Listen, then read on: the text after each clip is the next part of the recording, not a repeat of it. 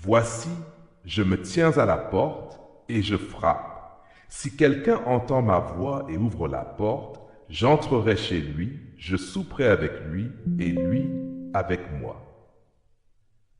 Apocalypse 3, verset 20. La porte fermée, le Sauveur ignoré, la présence refusée. Frères et sœurs bien-aimés, imaginez cette scène terrible qui glace le sang. Un père se tient devant sa propre maison, frappant à la porte sous la pluie battante. À l'intérieur, ses enfants célèbrent bruyamment, riant, festoyant, organisant leurs propres festivités. Mais personne n'entend les coups répétés du père. Personne ne perçoit sa voix suppliante. La musique couvre ses appels. Les programmes qu'ils ont élaborés sans lui occupent toute leur attention. Et lui, le maître de maison, celui qui a tout donné pour eux, attend dehors, patient, espérant qu'un cœur se souvienne de lui. Cette image déchirante n'est pas qu'une parabole tragique. C'est la réalité spirituelle de nombreuses assemblées aujourd'hui. Christ, le Fils de Dieu, le fondateur de l'Église, se tient à la porte de son propre temple et frappe. Mais qui l'entend? Qui se soucie encore de sa présence? Nous remplissons nos sanctuaires dimanche après dimanche, nous chantons ses louanges avec nos lèvres, nous prononçons son nom dans nos prières mécaniques, mais nos cœurs sont verrouillés. Nos agendas ecclésiastiques sont si chargés que nous n'avons plus de place pour celui qui devrait être au centre de tout. Quel paradoxe insoutenable! Quelle tragédie spirituelle!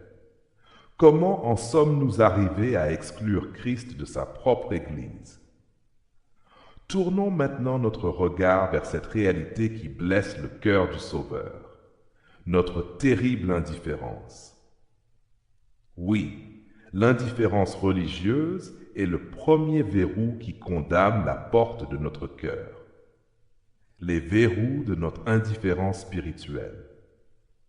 Bien-aimés en Jésus-Christ, dans l'Évangile selon Matthieu, le chapitre 24, le verset 12, nous lisons: « Et parce que l'iniquité se sera accrue, la charité du plus grand nombre se refroidira. » Ce refroidissement spirituel est la maladie silencieuse qui ronge l'Église contemporaine.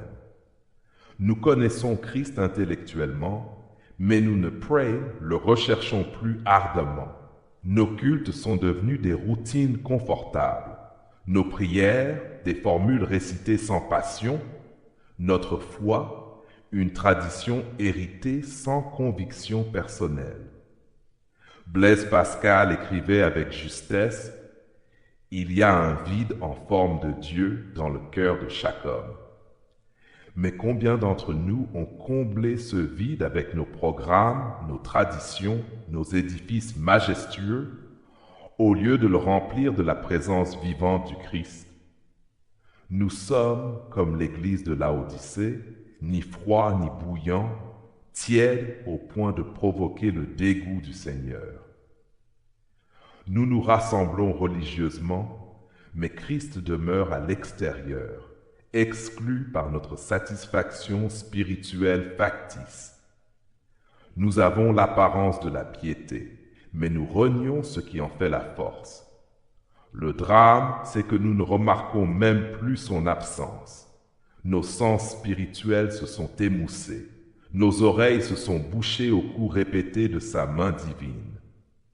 Cette indifférence n'est pas neutre, elle est un affront direct à celui qui a tout donné sur la croix.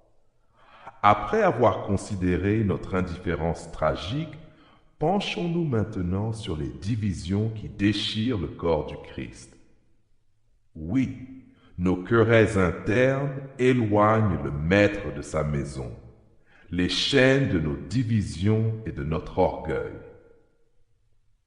Frères et sœurs en Jésus-Christ, dans la première épître aux Corinthiens, le chapitre 3, les versets 3 et 4, nous lisons: « En effet, puisqu'il y a parmi vous de la jalousie et des disputes, N'êtes-vous pas charnels et ne marchez-vous pas selon l'homme? Quand l'un dit « Moi je suis de Paul » et un autre « Moi d'Apollos », n'êtes-vous pas des hommes? Ces paroles résonnent avec une actualité brûlante. Combien d'églises sont fragmentées par des luttes de pouvoir, des rivalités mesquines entre ministères, des jalousies entre prédicateurs? Nous nous battons pour des positions, pour des doctrines secondaires, pour des méthodes liturgiques, pendant que Christ attend à la porte, attristé par nos divisions. L'orgueil spirituel a construit des murailles épaisses entre nous et le Sauveur. Nous pensons tout savoir, tout maîtriser. Nous ne voyons plus notre besoin désespéré de sa présence. Nous avons oublié l'urgence de sa lumière dans nos ténèbres. Nous ne réalisons plus la détresse profonde de notre âme sans lui. Victor Hugo disait « L'orgueil divise les hommes, l'humilité les unit. » Mais nous avons choisi l'orgueil. Nous avons préféré nos petits royaumes ecclésiastiques à son royaume éternel. Nos hypocrisies religieuses qui ferment nos yeux, qui étouffent nos cœurs et qui divisent. Notre cupidité déguisée qui trompe, qui attire et qui corrompt. Notre haine viscérale camouflée sous des apparences pieuses, qui ment, qui ronge et qui tue. Tout cela forme un mur impénétrable qui empêche Christ de franchir les portes de nos temples et d'y siéger. Nous ressemblons aux pharisiens que Jésus dénonçait, beaux extérieurement comme des sépulcres blanchis, mais remplis à l'intérieur d'ossements et d'impuretés. Mais voici maintenant le mystère glorieux qui transforme cette tragédie en espérance. Malgré tout, Christ attend encore avec amour. Sa patience infinie nous offre une dernière chance de rédemption. Oui, la grâce paradoxale du Christ qui attend encore. Bien-aimés du Seigneur, dans l'Épître aux Romains, le chapitre 5, le verset 8, on y lit « Mais Dieu prouve son amour envers nous, en ce que lorsque nous étions encore des pécheurs, Christ est mort pour nous. » Voilà le paradoxe magnifique qui devrait briser nos cœurs endurcis. Nous le méprisons et il nous aime. Nous le rejetons et il nous poursuit. Nous fermons la porte et il continue de frapper. Quelle patience divine! Quelle grâce incompréhensible! S'il nous traite comme nous le traitons, nos congrégations seraient depuis longtemps anéanties. Mais lui, dans sa miséricorde infinie, laisse encore la porte du ciel ouverte à quiconque voudra venir.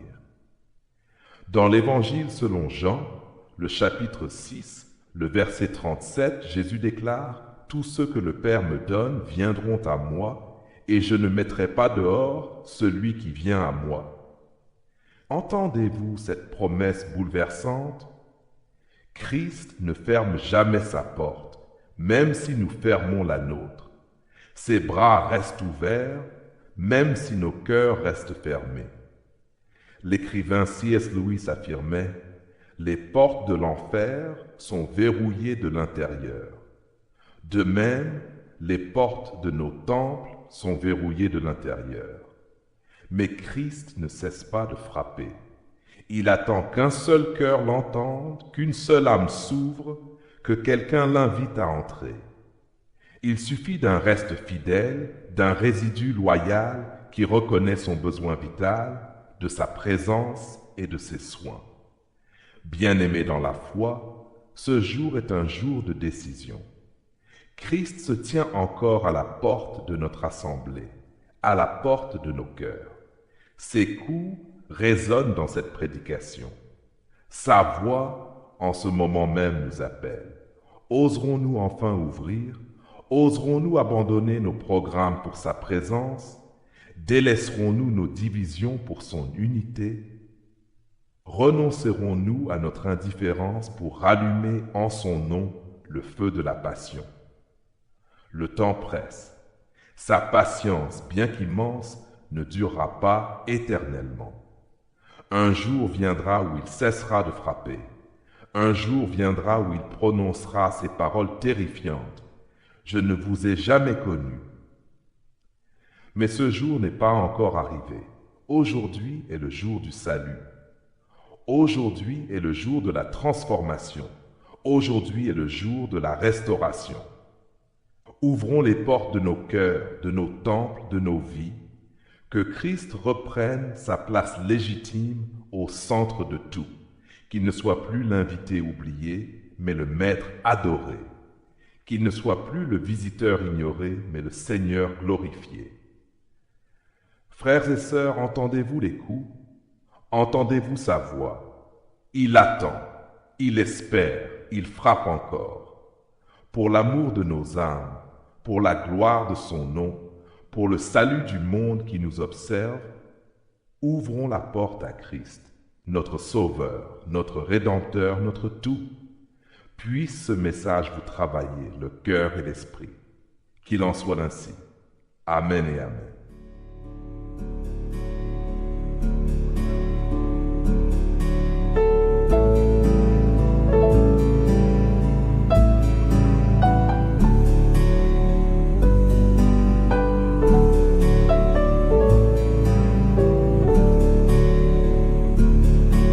Voici, je me tiens à la porte de l'âme. Je frappe sans cesse avec divin espoir. Si quelqu'un m'entend, s'il m'ouvre et me réclame, chez lui j'entrerai, j'y souperai ce soir.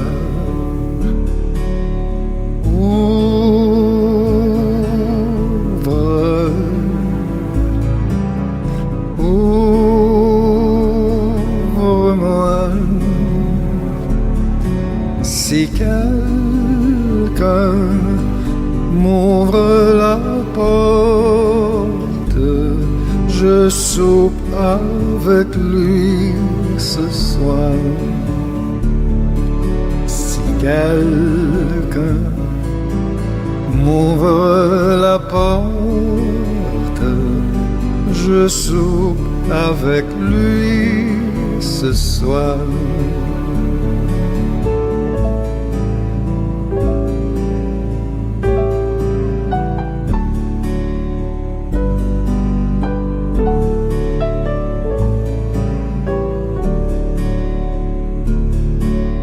Je frappe au matin, quand toute la nature nous parle d'un Père et tendre et tout puissant. Je frappe à midi, quand la moisson est mûre, révélant l'amour d'un Dieu si prévoyant.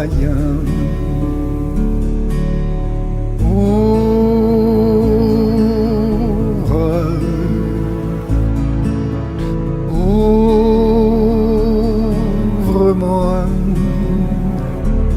si quelqu'un m'ouvre la porte, je soupe avec lui ce soir.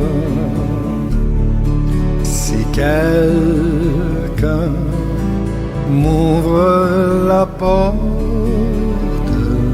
je soupe avec lui ce soir.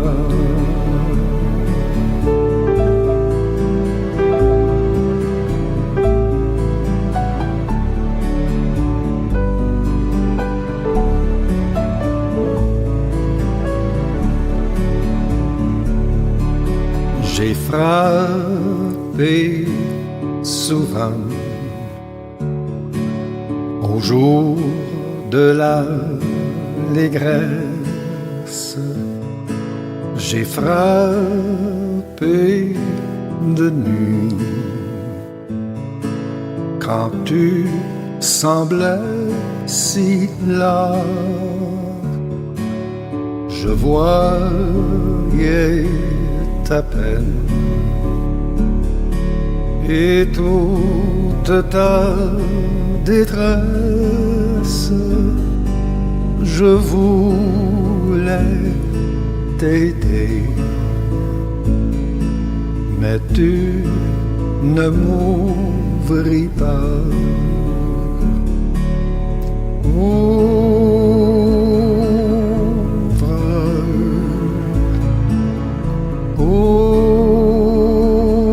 Ouvre-moi, si quelqu'un m'ouvre la porte, je soupe avec lui ce soir. Si quelqu'un m'ouvre la porte,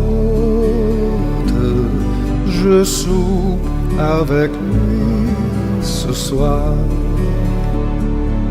Si quelqu'un m'ouvre la porte, je soupe avec lui ce soir.